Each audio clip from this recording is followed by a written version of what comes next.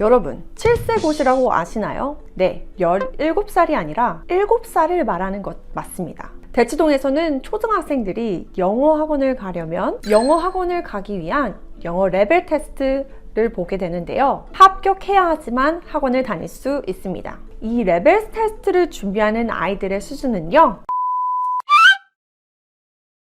안녕하세요. 대치동 헤더쌤입니다. 장마가 한창인 요즘 다들 몸 건강, 마음 건강 잘 챙기실 수 있도록 해야겠습니다. 오늘은 학습 컨텐츠라기보다 편하게 이런저런 이야기 해보려고 카메라 앞에 앉았는데요. 곧 여름방학이기도 하니 부쩍 레벨 테스트를 준비하시는 학부모님도 많은 것으로 느껴집니다. 또 학원에서도 여름방학 특강을 오픈하기도 하죠. 제가 며칠 전에 우연히 식사를 하러 식당에 들어갔다가 혼자 밥을 먹고 있었는데요. 밥을 먹다 보니 자연스럽게 옆 테이블 소리가 들리는 것이죠. 엿들으려고 의도하지 않았지만 이 워딩들이 너무 잘 들려서 조금 듣게 되었습니다. 아이들과 부모님의 대화였는데요. 내용인즉슨 오늘이 영어 학원 레벨 테스트 보는 날이어서 아버님께서 아이들에게 할 수 있다고 응원하시면서 라이팅은 써내려가는 것이 중요하다. 시간이 남으면 꼭 한번 더블 체크해라. 등등 상하게 하나씩 말씀해 주시고 계셨어요. 아이들도 심드렁한 반응이 아니라 그렇게 해보겠다고 적극적으로 대답해더라고요. 그 장면을 제가 직접 보면서 어떤 생각이 들었냐면요. 새삼 영어 학원 레벨 테스트 치는 것이 예전만큼 유난이거나 특별한 것이 아니라 전반적으로 기본적인 문화가 되었다는 느낌이 들었습니다. 특히 어머님이 아닌 아버님들의 관심도도 꽤 높아졌다는 것을 저는 체감하고 있습니다. 그래서 영어 레벨 테스트에 대해서 한번 생각해 보게 된 것 같은데요. 보통 대치동에서는 영어 학원을 등록하려 하면 이 레벨 테스트를 하는 것을 보게 됩니다.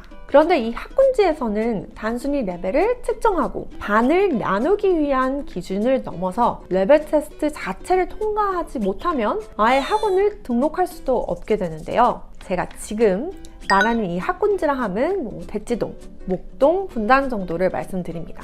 그렇게 하는 이유는 이 학원에서 시작하는 특정한 영어 수준이 있고 그 수준을 따라올 수 있는 친구들 혹은 그 수준을 넘은 친구들만을 받겠다는 것으로 보입니다. 사정이 그렇다 보니 아무래도 학원을 가고 싶다고 해서 아무 때나 갈 수 있는 것이 아니게 되고 학원을 가기 위한 공부를 따로 해야 하는 실정이기도 하죠.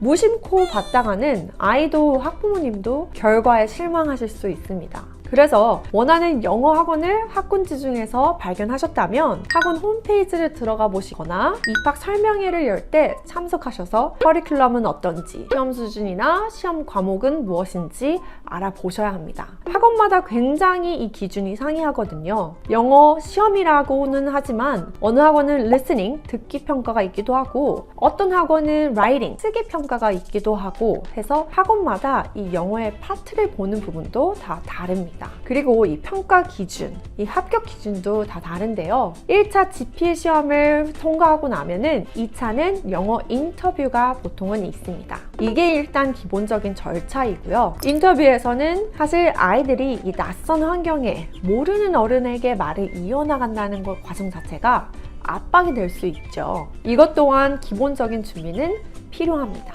인터뷰 예상 질문들이 무엇이 있고 그것에 대한 나면의 답변도 미리 고민을 해봐야 하는 거죠. 과정이 이렇다 보니 집에서 준비하기가 어렵다 하시는 분들도 있을 겁니다. 그래서 학원을 가기 위한 프랩이라고 해서 한 3, 4년 전부터죠. 학원의 개념도 생겨나기 시작했어요.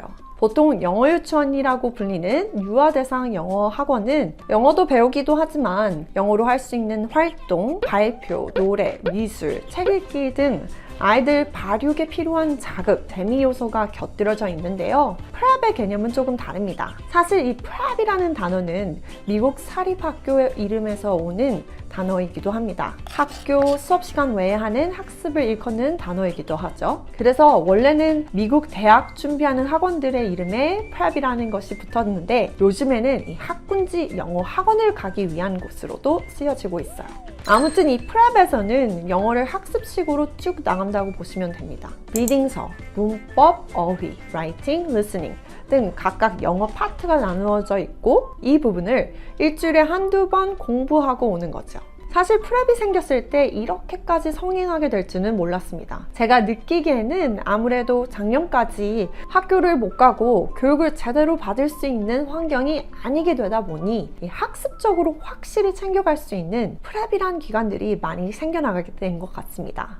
그렇지만 제가 프랩을 추천하는 것은 아니에요. 늘 말씀드리지만 저는 아이들의 기질을 먼저 보시라고 말씀드리고 있습니다. 그러나 프랩이 맞는 아이가 적지만 있을 수 있죠.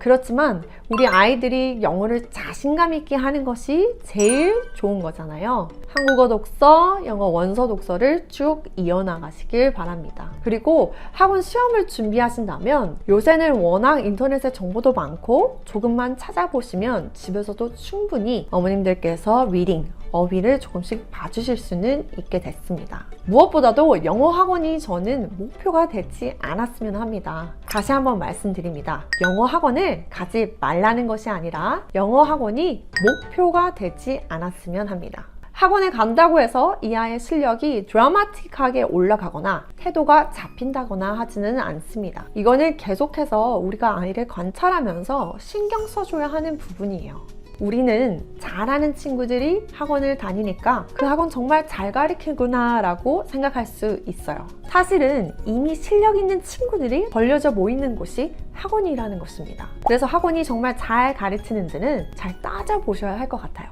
어머님들과 상담을 하다 보면 얼마나 고민하시는지 그 누구보다 옆에서 보고 느끼기 때문에 사실 이런 이야기를 드리는 것이 어머님들께 부담을 가중시키는 것은 아닌지 걱정되기도 합니다. 그래서 제가 할 수 있는 선에서 열심히 어머님들 서포트 하려고 하는 거니까요. 언제든지 유튜브 댓글이나 카페로 오셔서 질문 달아주세요. 시간이 걸리더라도 제가 하나씩 답변 달아드리고 있습니다. 아이들 이야기라 오픈하는데 부담을 가지시는 분들도 분명 계실 거라고 생각해요. 조금만 용기를 내어서 손을 내밀어 주신다면 저도 그 마음 소중하게 생각하고 답변 드리도록 하겠습니다. 또 많은 다른 어머님들께서도 이 글을 보시고 공감하실 거라 생각됩니다. 오늘은 여기서 레벨 테스트 관해 이런저런 이야기 나눠봤는데요. 이런 것이 세상에 있어? 하고 놀라시는 분들도 계실 거고 이미 다 아시고 열심히 레테 준비하시는 어머님들도 계실 거라 생각합니다. 아무쪼록 무더운 여름 우리 모두 건강하게 보내도록 하고요. 저는 다음 영상에서 찾아뵙도록 하겠습니다. 감사합니다. 좋아요, 알림 설정, 구독까지 부탁드려요. 안녕.